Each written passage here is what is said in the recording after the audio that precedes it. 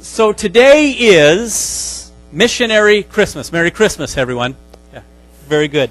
You know, this is something that our church started many, many years ago.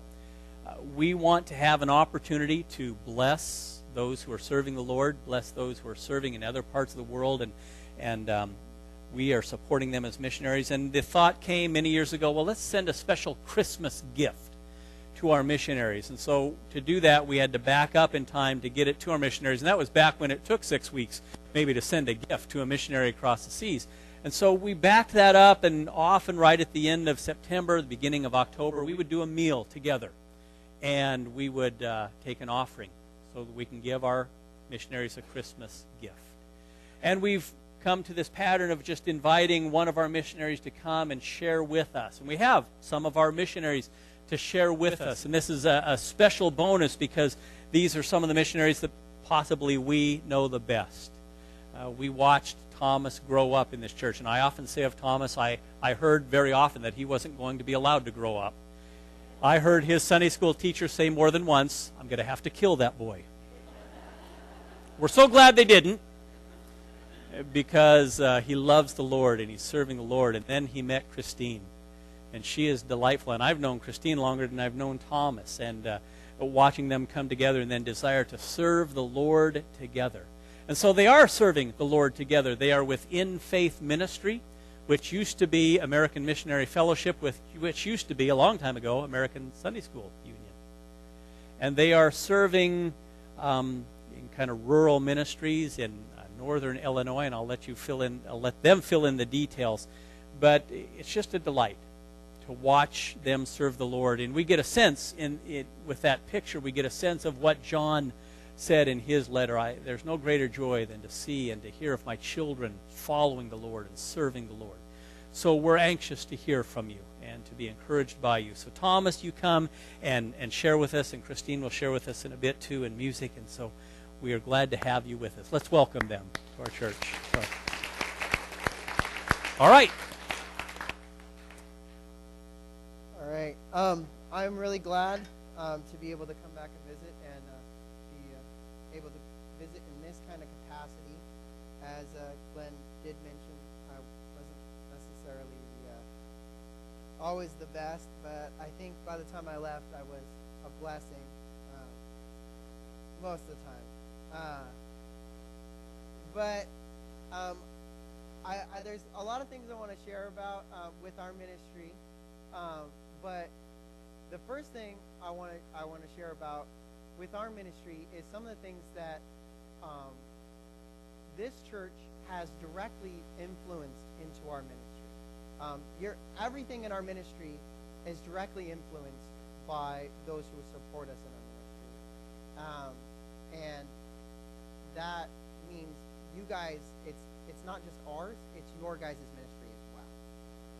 And I want to make that abundantly clear with everything that we're sharing about. It's not just what we're doing, it's what you guys are doing as part of our ministry. So when I refer to our ministry, I'm not saying mine and Kristine's ministry, I'm saying our ministry. Because it's not just something that we're doing apart from you guys, because when you guys are praying for our ministry, it's when you guys are sending finances, when you guys are sending us letters of encouragement, that's you guys participating. You guys are actively being involved. The teens and the kids we're working with, they know that there's people other than us involved in their lives. And so I want to make that clear before I start going into things, that when I'm saying our ministry, I'm saying our ministry. Because it's not just something that we're doing, it's something that we're doing. So the first thing I want to talk about is something that is familiar, because most of the training for me to do it is training that I received right here in this church body. And we ended up in Mount Morris, Illinois. I doubt anyone here has ever heard of Mount Morris, Illinois, unless they've heard of it from me and Kristine. And it's a little tiny town. It's not the tiniest town I've ever lived in. That would be where I went to Bible school. But Mount Morris, Illinois is about 2,000 people. Is that right? Yeah, 2,000 people. But we're doing our ministry there because it's a town that has been hit really, really hard by the recession, most of all. They had one industry in town, and it closed down right before the recession hit. It wasn't even the recession that closed down the industry. The industry closed down, and then the recession hit. And then the housing market collapsed and everything. And so it was the main industry in town closed down, and then everything else piled down on top of that. So this community was hit very, very hard. And all these little towns nearby are very, very close, and people commute to all these different areas, and it's just a little spider web of communities. And in this whole spider web of communities, we were planning to do children's ministry. That's what we came out into the area to do. We came out to do children's ministry because this whole community was hurting. And we saw when we came out there that these families were hurting. And one way we could reach the families was to do children's ministry. And that was what we were trained to do. When we came out, we found that it wasn't going to be so easy to break out and start doing children's ministry because we were expecting cultural difference in the Midwest. We knew that it was very much a closed culture of outsiders, but we weren't expecting a church culture that was so different. And that was what we ran into that was so different for us. So we ran into, well, it's going to take a lot longer for us to be in a position where we can work alongside the church to help them to develop children's ministries that will outreach into their community. So what we were able to do, though, was offer something creative that they'd never seen before, that the church that they got really excited about because they were like, well, this is so different that we're willing to let it, give it a try. We've never seen anything like it. And that ministry was puppet ministry. Now, that's something that you guys still have here, and I learned right here in this church. Me and Kristine also has been learning. She's third generation puppeteer. So she has got some puppet skills as well, as you might be able to guess that she's third generation. And so we were able to offer that to the church body and be able to show them that, you can do outreach in the community using puppetry. And so that's something we were able to offer, and that's something that we were able to do right there in the church. Pretty quickly we were able to establish in the local body that we were able to do. And so we are able to do that. And our puppet team is a phrase I like to use is it's a discipleship team cleverly disguised as a puppet.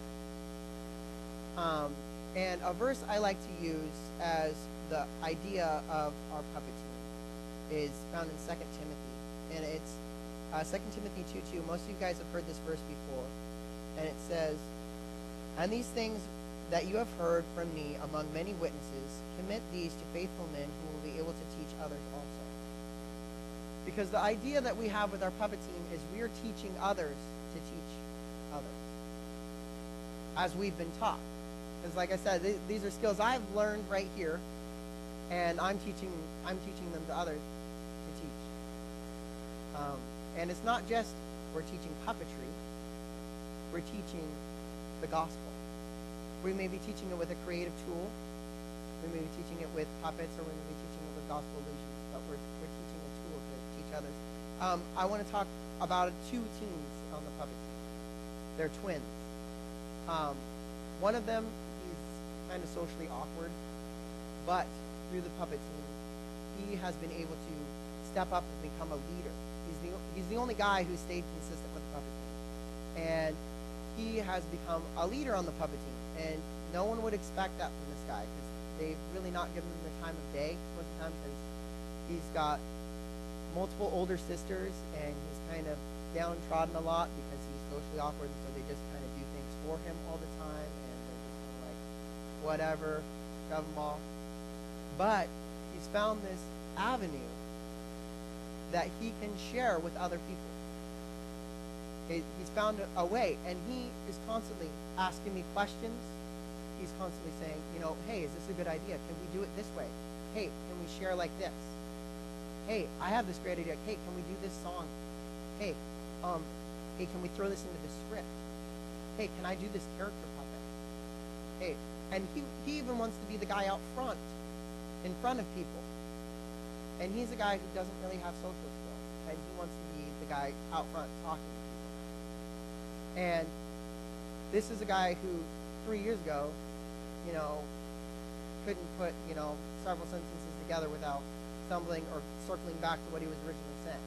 And now he wants to do these things and share his testimony in front of the rest of the group.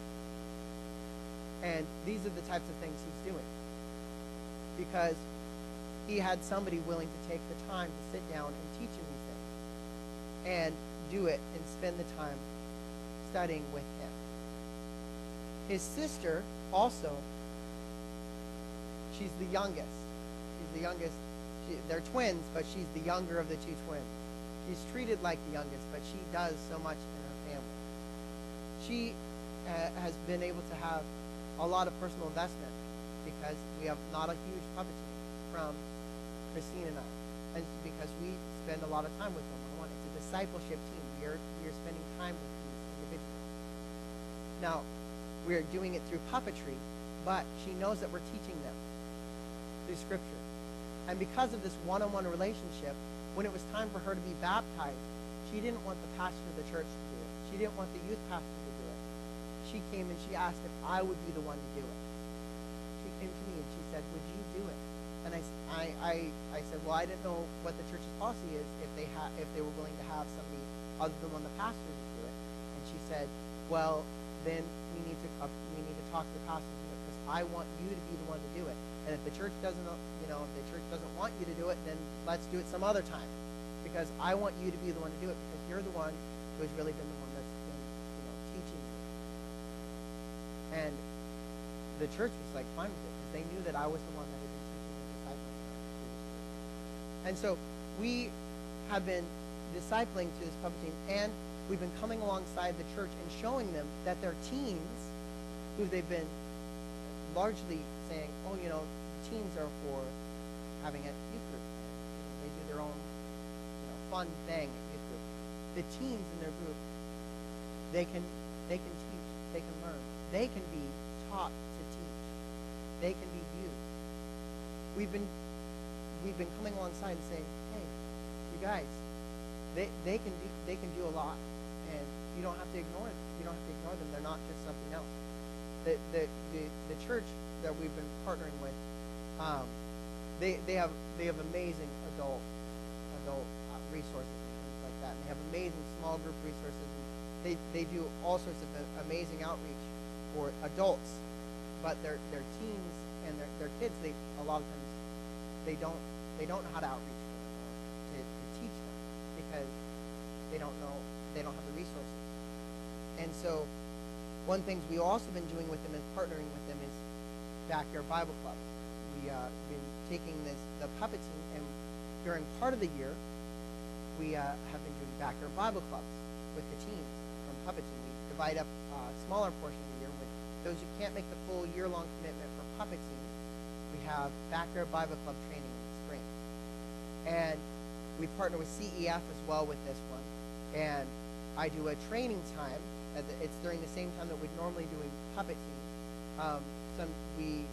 When I was here, I did Christian Youth in Action, and we did 5-day clubs. I know several people here had hosted 5-day clubs and things like that. And I learned under Billy Williamson, a member here. She taught me a lot with 5-day clubs and how to work with CEF material. And so I teach the CEF material to the teens at the church there and adults at the church there. And we have the teams teach multiple Backyard Bible clubs. And we use the puppets as well as the CEF material to go out into the community, and we do outreach to these kids in the community. To the apartment. There's an apartment complex we go and we do Backyard Bible clubs, and we do one right in the middle of the city center because we're allowed to do one right in the city square. And these clubs, because there's nothing for kids in the area, these clubs, even though we're only doing a couple of them, they're getting about 60 to 70 kids at just 2 Backyard Bible clubs. We're not doing anything huge, we're just doing Backyard Bible clubs. we're getting 60 to 70 kids at these things. And the church is starting to see that because we're getting the adults involved, they're starting to see there's a need in our community that we want to start taking this up. We want to be personally involved in this. We want to take on this burden. And so we've been able to start having them take on a heart for this, because we've been exposing and bringing them alongside to show them this burden so that they've been wanting to see it themselves. Another ministry that we partner with Youth for Christ with is a tutoring club that we run. This is another one we do where we're outreaching to some of those hurting kids in the area. This one is one that we can actually get a lot more involved with the families, because what we do with our tutoring club is we have kids recommended to us that are doing bad in school, that are either failing out because they are doing really, really bad in a certain subject, or because they're not paying attention, or because they're just rowdy kids. I've recognized a few of those myself.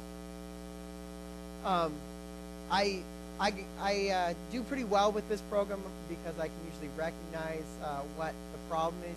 Usually, I have pretty good tips for some of the tutors of what works well and what doesn't, because that kid, that's not going to work with them. Trust me. Well, why isn't it going to work? Because it didn't work for me. So that's one of the reasons that tutoring club is a good ministry for us, and so that's an outreach that we have. And the tutoring club, we spend a lot of the time at tutoring club just tutoring the kids. We work with a lot of volunteers. We coordinate. Actually, while we've been here, we start tutoring club next week when we get back, and we've been calling up, getting all our volunteers in line, making sure they know when the training time is for them while we've been here. We're doing lots of phone calls. And they work one-on-one with a student throughout the year. We meet once a week. And they work one-on-one with them, tutoring, figuring out whatever it is the problem they have, whether it's behavioral. We make sure that they just get a time where they can sit and focus, whether it's just they need a safe environment to work on their homework. So they have a safe place they can sit and work on their homework. Whether it's they have a skill they need to be working on, whether it's their reading, that they just need to be improving their reading skills, so they get someone that they can sit and they can work on their reading with. Or whatever it is, we have them paired up with someone that they can work on their homework with, and we sit and we have a dinner with the kids, and then they sit and they work on their homework with this person or whatever skill it is they need to be working on. And then after a while of that, then we do some biblical learning, where they work through a devotion with their tutor, one-on-one stuff with their tutor. And then we end the night off where we do something big and fun. It's usually a big experiment I lead. I'll do a big, intricate experiment. Sometimes with the bigger ones, I'll just do it. But usually I try to make it so that they each have their own experiment that they're doing. Sometimes they get to take something home where I'll make gap or flarp, whichever you want to call it. Or we'll do simple experiments sometimes where you just we test the kids, see if they can pick up an ice cube with a string, just dropping it on it, and we put salt on it. Suddenly they can pick up the ice cube, and then we talk about why that happened. And then we put a biblical application on it, or different things like that. And we end the night as a group like that, and we end the night in prayer. And that is how it goes. But we're able to meet their parents and their families because we also have family nights. A couple, about twice a semester, we have family nights where their entire family is invited to join us, and they can hear on the progress of how their student is doing. And we get a chance to share the gospel with their parents. And some of the students come back every year. So we've gotten to meet them every year, and we see them out in the community, and we get to talk with them. And these are kids who are usually from really hurting families, and that's why they're in these situations that they are.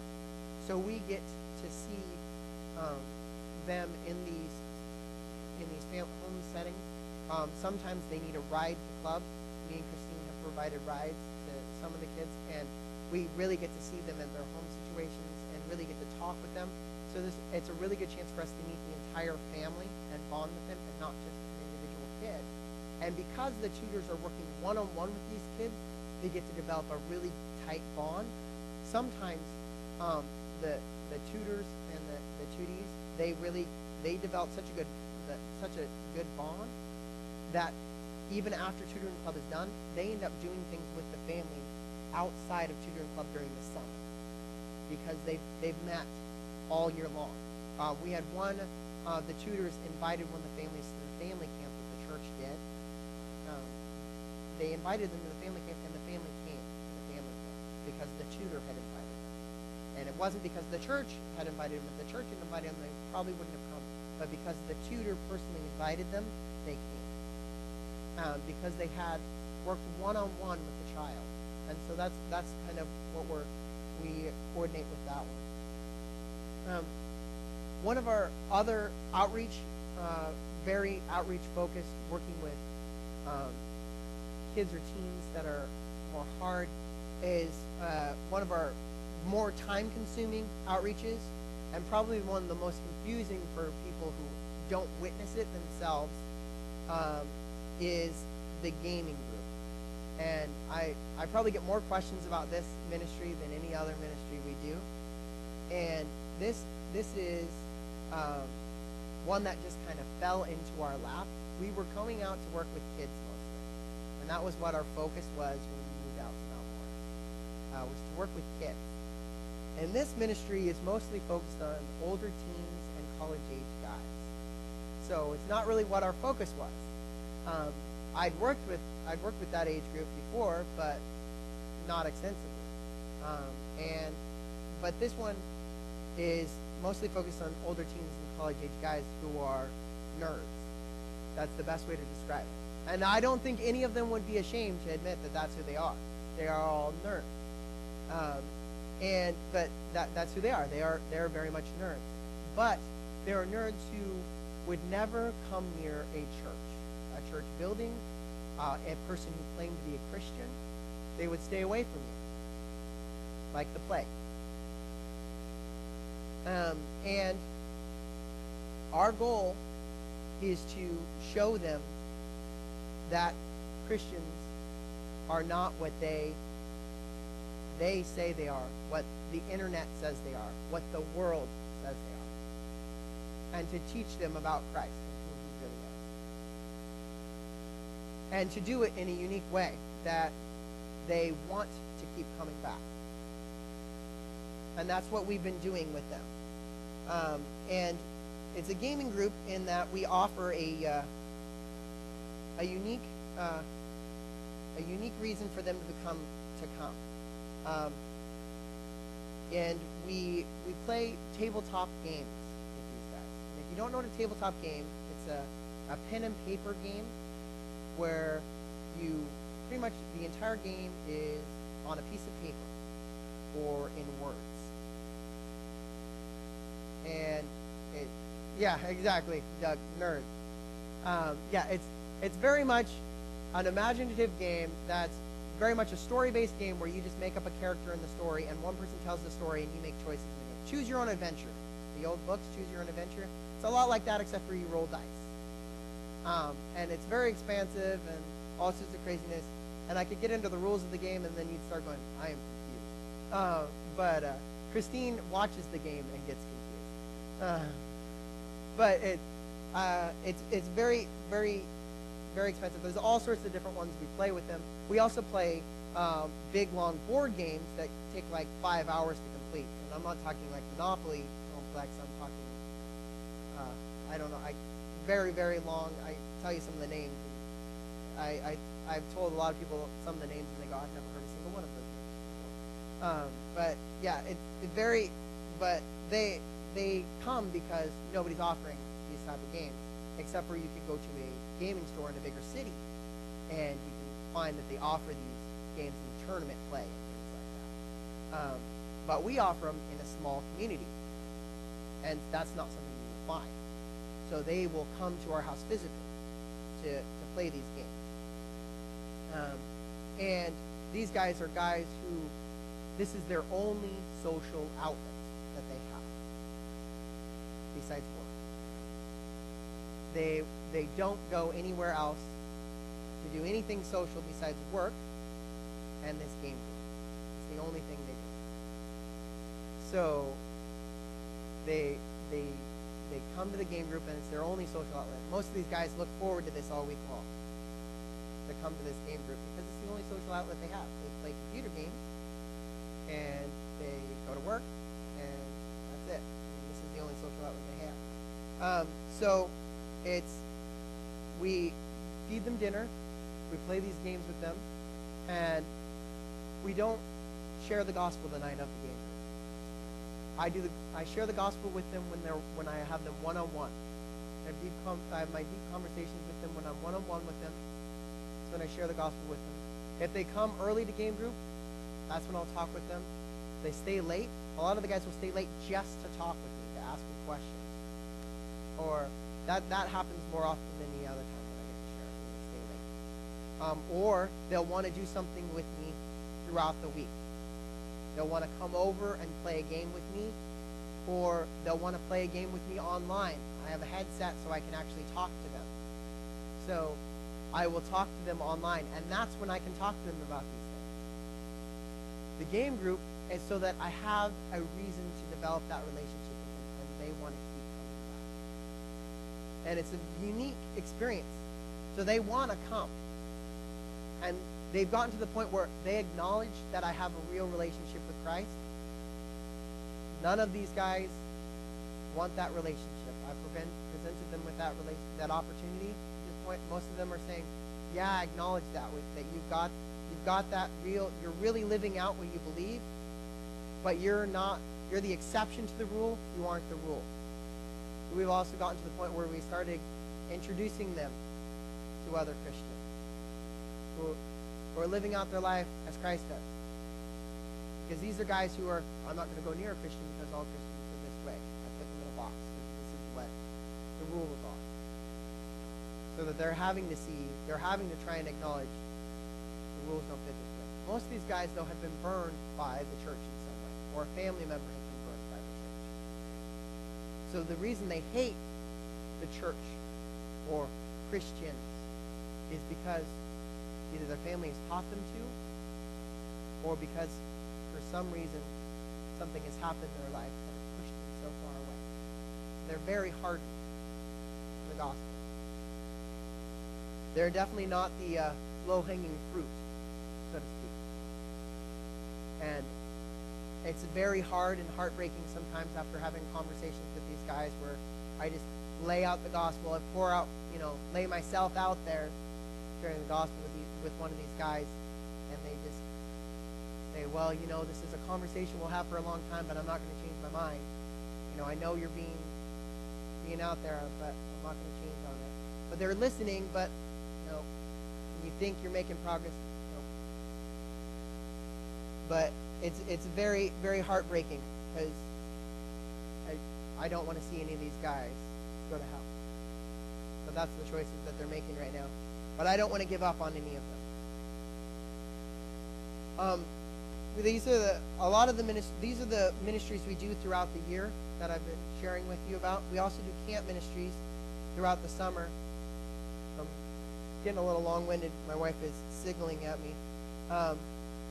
I could talk for a long time. There's lots of things I want to share with you about.